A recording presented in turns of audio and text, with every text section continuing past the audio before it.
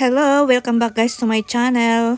Happy New Year everyone! Ngayon guys ay magluluto naman tayo ng pork ribs na may mga gulay. Unahin muna natin guys pag-slice ng mga ating ingredients. At ito pala lahat guys ang ating mga sangkap.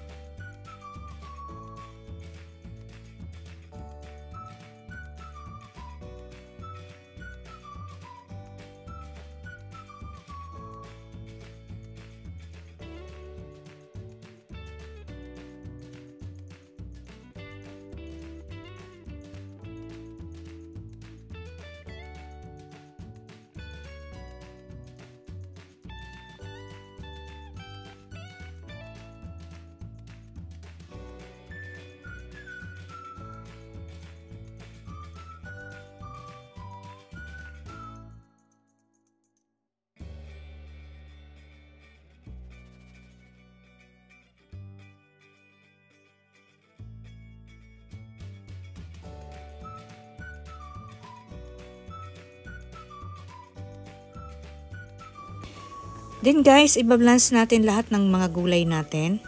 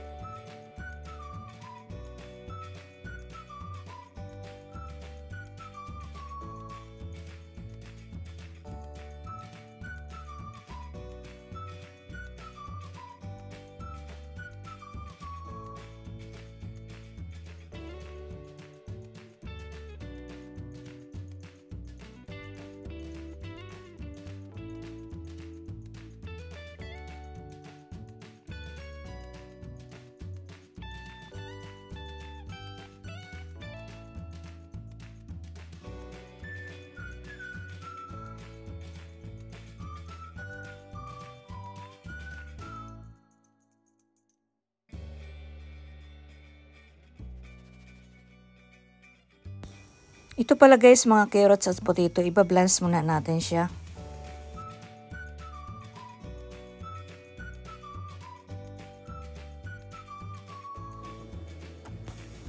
Hanguin na natin guys ang ating gulay na carrots and potato.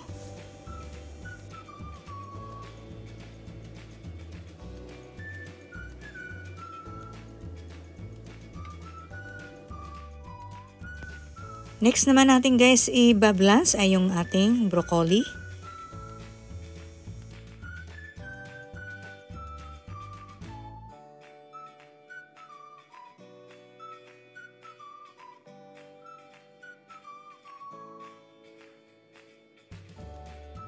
Dito naman guys sa isang bowl na malaki, maglagay tayo ng 3 eggs.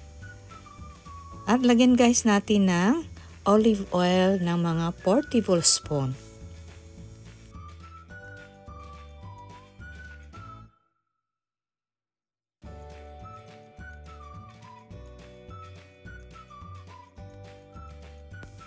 At maglagay din tayo guys ng mga 400 ml milk. Pero gradually lang natin ihalo, kalahati muna.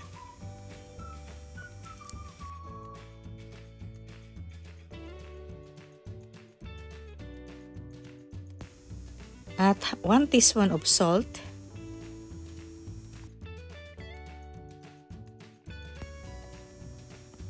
Maglagay din tayo guys ng 1 teaspoon of Italian seasoning.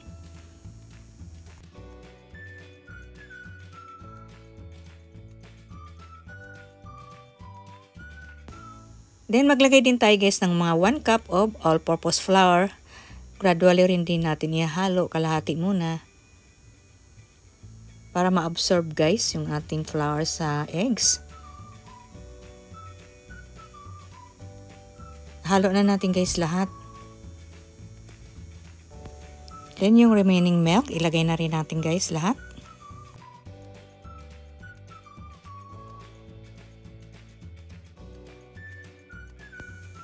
Alisin na natin guys yung ating broccoli. Naglagay na rin pala ako guys ng cube ice para yung kulay ng ating broccoli ay hindi magbabago. Yun ang purpose nun guys. Next naman guys ay magsusuti na tayo ng garlic, onion.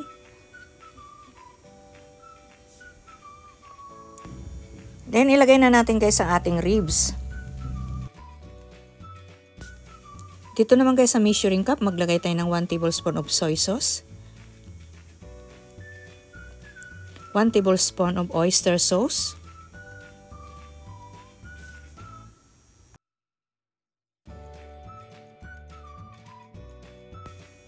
Two tablespoon of sugar.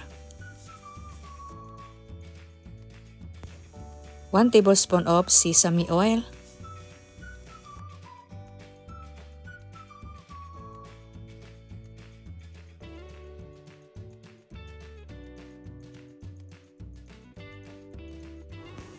Now guys, ilagay na natin sa ating ribs.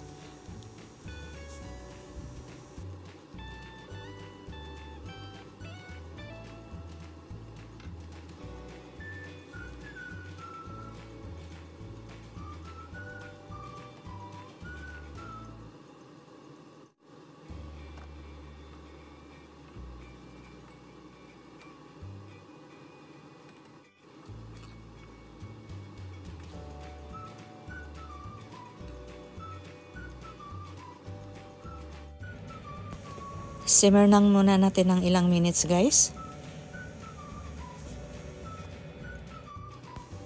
At alisin na natin sa ating pan. Set aside muna natin guys, palamigin muna natin. Ngayon guys, mag-prepare naman tayo ng ating baking pan.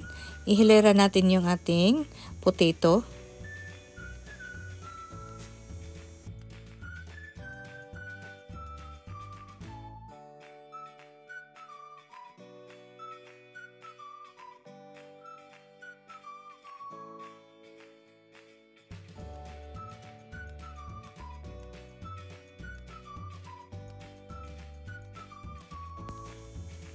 Then yung ating broccoli. At yung ating carrots.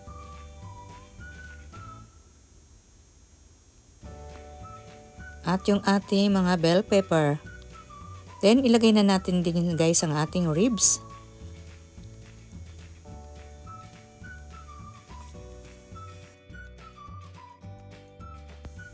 At yung remaining natin na broccoli. At yung natira pang ribs guys.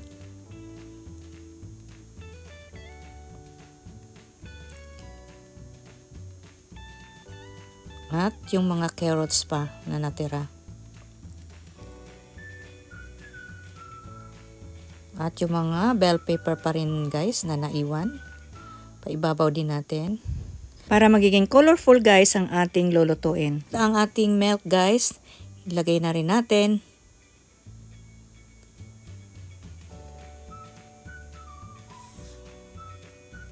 At yung ating grated cheese sa ibabaw.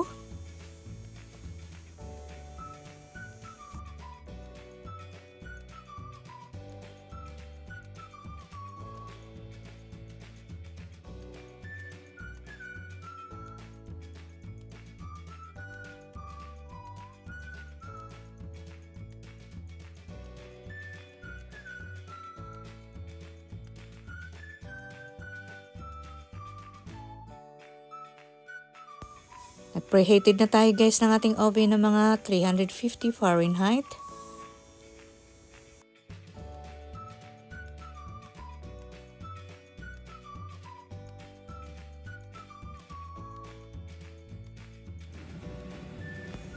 Ipasok na natin guys sa ating oven.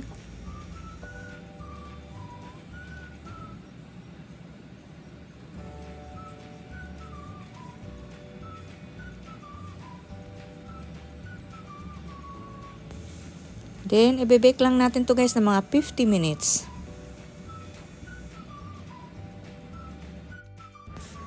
After 50 minutes guys, ito na ang ating ribs. Mahaba nga lang guys ang paggawa nito, mahaba yung proseso. Pero pag natikman nyo naman guys, hindi kayo magsisisi sa sarap. Look at this guys. Ang sarap-sarap talaga niyan.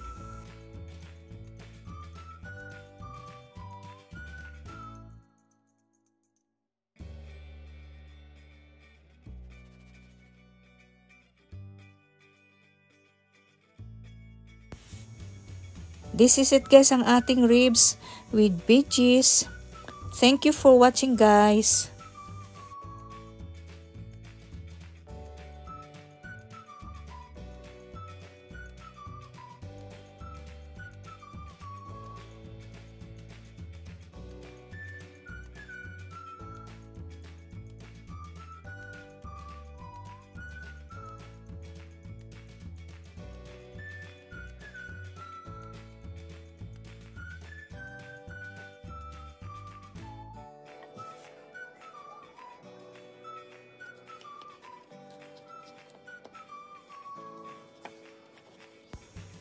Tara, tikman na natin guys.